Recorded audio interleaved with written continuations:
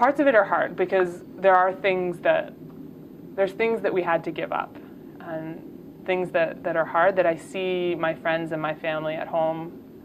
I see that they get to go to the park and they get to take a walk with their kid in a stroller, and I don't get to do that because we don't have sidewalks and we don't have parks and we don't have clean spaces to play in. And so it's different. My kid is filthy at the end of the day because she lives on a ship and it's dirty here, but I don't think I would change it. I don't think there's anything that could make me give this up for what I thought I was giving up, if that makes sense.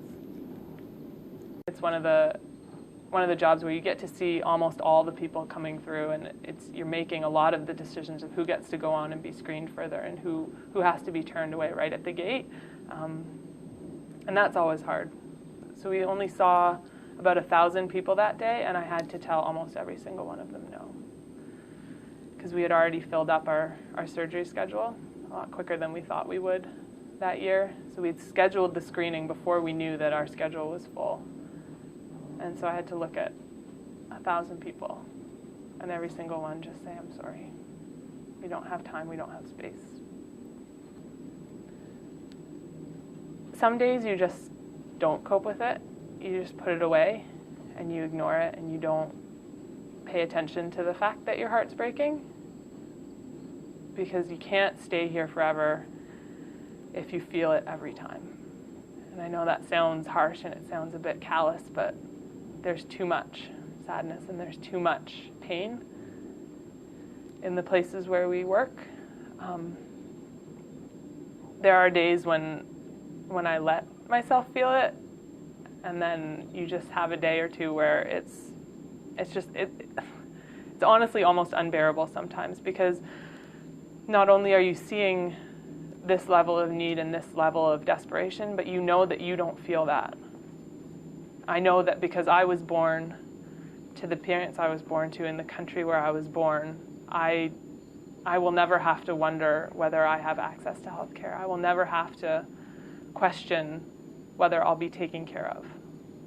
It's something I take for granted. And so looking at someone who contact with me is the first time they've had contact with a medical professional in their entire life, and they're 45 years old, I can't understand that. And that's part of what makes it so hard, is that there's this level of desperation that I can't connect with. I don't know if that makes sense at all. It does. And it's hard.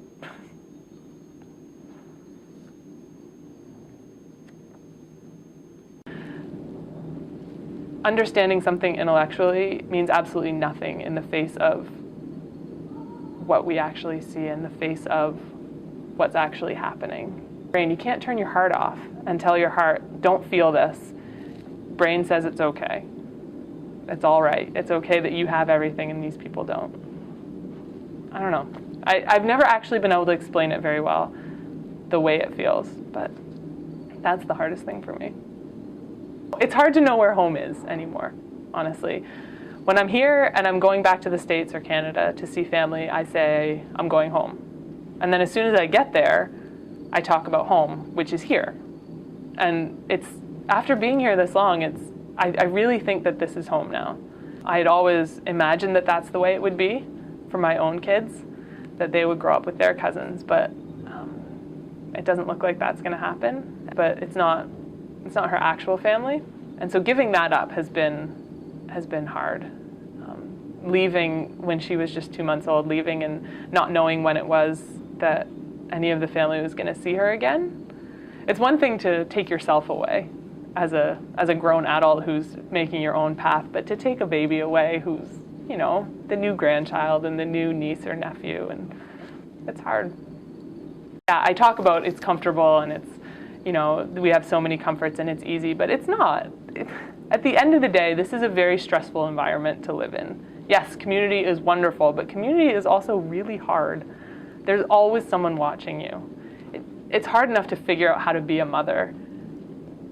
Now add in 400 people from 30 different countries who all have a different idea about how you should be raising that baby. and all of whom who are going to put in their input, which is great, and I love it, but I want to find my own way, and I want to find our own path as a family, and that's often difficult with as many people watching, and there's always someone watching. That'll be more interesting as she grows and needs discipline and things, but you never want to be the kid having a tantrum in the dining room. I've never seen Zoe have a tantrum in the Yeah, she dining room. will. I'm sure. She Now has that I them in say the that. cabin. She has them in the cabin, so you've never really seen her in the. Do you feel torn between nursing in the first world versus nursing in the third world?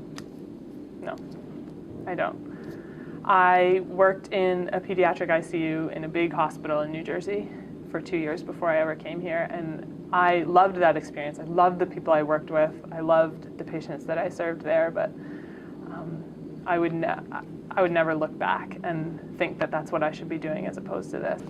Can you tell me a story of a patient that stands out to you the most in the last 5 years? For me, a lot of the stories I remember the most are not necessarily the ones with the happy endings. You expect when you come here that it's all going to be hope and healing and light and life change and sending people home with rebuilt faces and new futures, but a lot of the times the reality of the fact is we can't help. We're up against disease processes and a lifetime of malnutrition and things that it's not enough. Everything that we can offer is not enough. And that was hard. It was really hard for me to come to terms with when I first started. But over the years, I've come to realize that what we see in the short term as failure is often something that's been meant for a greater good. Baby Hubie is one that I will never forget. He was a little guy with a cleft lip and a cleft palate who came to us, to our infant feeding program first. He was severely malnourished and needed to be fattened up before we could do his surgery. So we took care of him and we fed him and taught his mama how to feed him. And he was on the wards for a long time, learning how to eat and gaining weight for surgery. He had an older sister, 3 years old, Pauline, who was one of the most fearful children that I've ever seen. It was obvious from the way that she acted that she had been abused at home. She would hide whenever she saw someone coming towards her. She always expected to be hit. She always expected to be hurt. This little girl, she wouldn't make eye contact. Baby Hubie got fatter and fatter. He eventually, I think he had his surgery. I can't remember exactly, but he got very sick one day. He got an infection in his lungs, and over the course of a few endless days, he just got sicker and sicker. The thing about Baby Hubie is that his family hadn't decided whether or not they wanted to claim him as their own child. Because he was born with a cleft lip and cleft palate, he was broken, and so they weren't sure that they wanted him. His mom and his sister, they all had scars on their cheeks, tribal markings, to mark them as part of their family. But Hubie didn't have them. His cheeks were perfect and smooth. And I asked Mom about it one day, why he didn't have it, why he didn't have the marks. And she told me it was because they hadn't decided whether they wanted to claim him as their child. He got very sick. This whole time, his dad had never been in to visit, had never been a part of the whole story, never been a part of his weight gain and all this. And I just remember the first day that Dad finally came to visit. Baby Hubie was so sick, and the dad came and just didn't want anything to do with him, didn't want to touch him, didn't want to be near him, didn't want to hold him. And over the next couple days, things got worse and worse, and he was on a ventilator, and his little body just started shutting down, and so we knew that it was going to be the end for him. And so we called the family back in, and we called the dad in. And the dad, he looked to me and he said, I want to hold him. And so he held him. I put him in his arms, and he held him while we turned the ventilator off. And it was in that moment when when baby Hubie passed, that his dad, I just remember, I will never forget him crying, my son, just breathe, my son, breathe. And that was the first time he'd ever called him his son, was in the last moment of his life. And I thought, how tragic that you couldn't see him as your child until it was too late. How tragic that this cleft lip just kept you from seeing your child. And I thought that I thought that was the end of that story, and I thought that, we were going to be left with that tragedy, and that was it. That was all, a failure and a baby who didn't make it, and despite everything that we did, and I thought that's all. Until a couple months later, they came back to visit.